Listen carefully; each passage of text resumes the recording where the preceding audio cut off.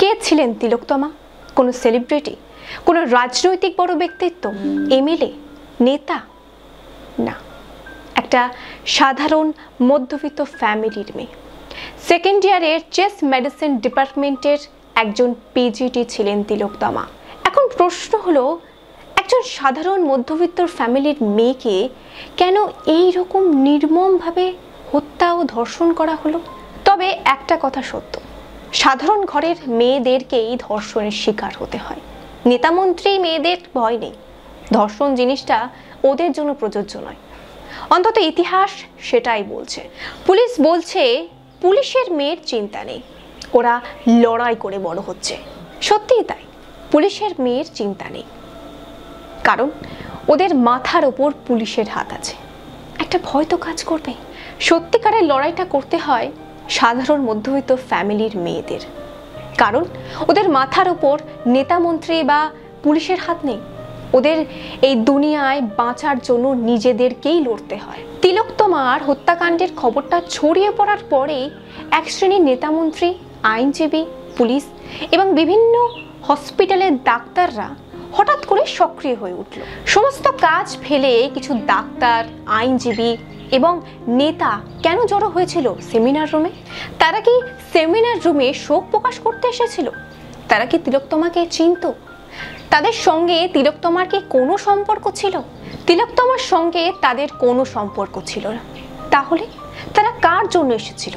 যারা তিলোত্তমাকে হত্যা করেছিল তাদের জন্য এসেছিল সেমিনার রুমে? এটা আমার প্রশ্ন। তারা কি দেখতে এসেছিল? সবকিছু পরিকল্পিতভাবে হয়েছে কিনা জানি না। তারা কেন এসেছিল? প্রতিদিন কোনো না কোনো তিলোত্তমাকে ধর্ষণের শিকার হতে হচ্ছে, তখন কি এরা খবর নেয়?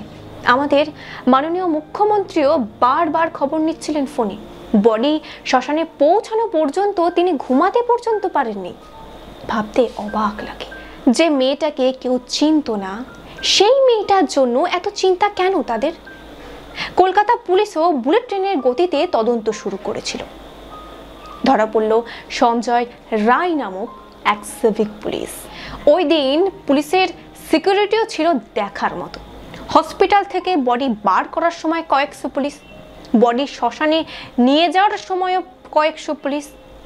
পুলিশ দায়িত্ব নিয়ে শবদাহ করেছিল। পুলিশ কি এই ধরনের কেসের ক্ষেত্রে একই প্রোটোকল পালন করে? থাক পুলিশের কথা। সেদিন এত গণ্যমান্য ব্যক্তিরা তিলোত্তমার জন্য চোখের জল ফেলতে এসেছিল সেটা আমার মনে হয় না, কারণ তাদের চোখে এক ফোঁটাও জল ছিল না। সেদিন যারা সেমিনার রুমে এসেছিল তাদের মধ্যে অনেকেই ছিল সন্দীপ ঘোষের ঘনিষ্ঠ, অনেকেই ছিল বাইরের লোক। আরজিকর হসপিটালের সঙ্গে তাদের কোনো সম্পর্ক ছিল না। বাইরের লোক হয়েও তারা অনেকেই সেমিনার রুমে প্রবেশ করেছিল। বাইরের লোক একটা ক্রাইম স্পটে কিভাবে প্রবেশ করলো? সেখানে কি সার্কাস চলছিল? কে টিকিট দিয়েছিল ওদের? সবথেকে বড় কথা, পুলিশ কি করছিল? পুলিশ কিভাবে তাদের অনুমতি দিল? ওরা কেন ঢুকেছিল সেমিনার রুমে? একটা ক্রাইম স্পটে বাইরের লোক ঢুকে যেতে পারে পুলিশের উপস্থিতিতে? অবাক করা ব্যাপার। তিলোত্তমা আজ আমাদের ছেড়ে চলে গেছে, কিন্তু প্রচুর প্রশ্ন রেখে গেছে। সেই প্রশ্নগুলোর উত্তর কি আমরা আদেও পাবো? এখন এটাই সব থেকে বড় কথা। বন্ধুরা, আজকের এই এপিসোড এখানেই শেষ করছি। দেখা হবে পরের এপিসোডে। ভালো থাকবেন, সুস্থ থাকবেন।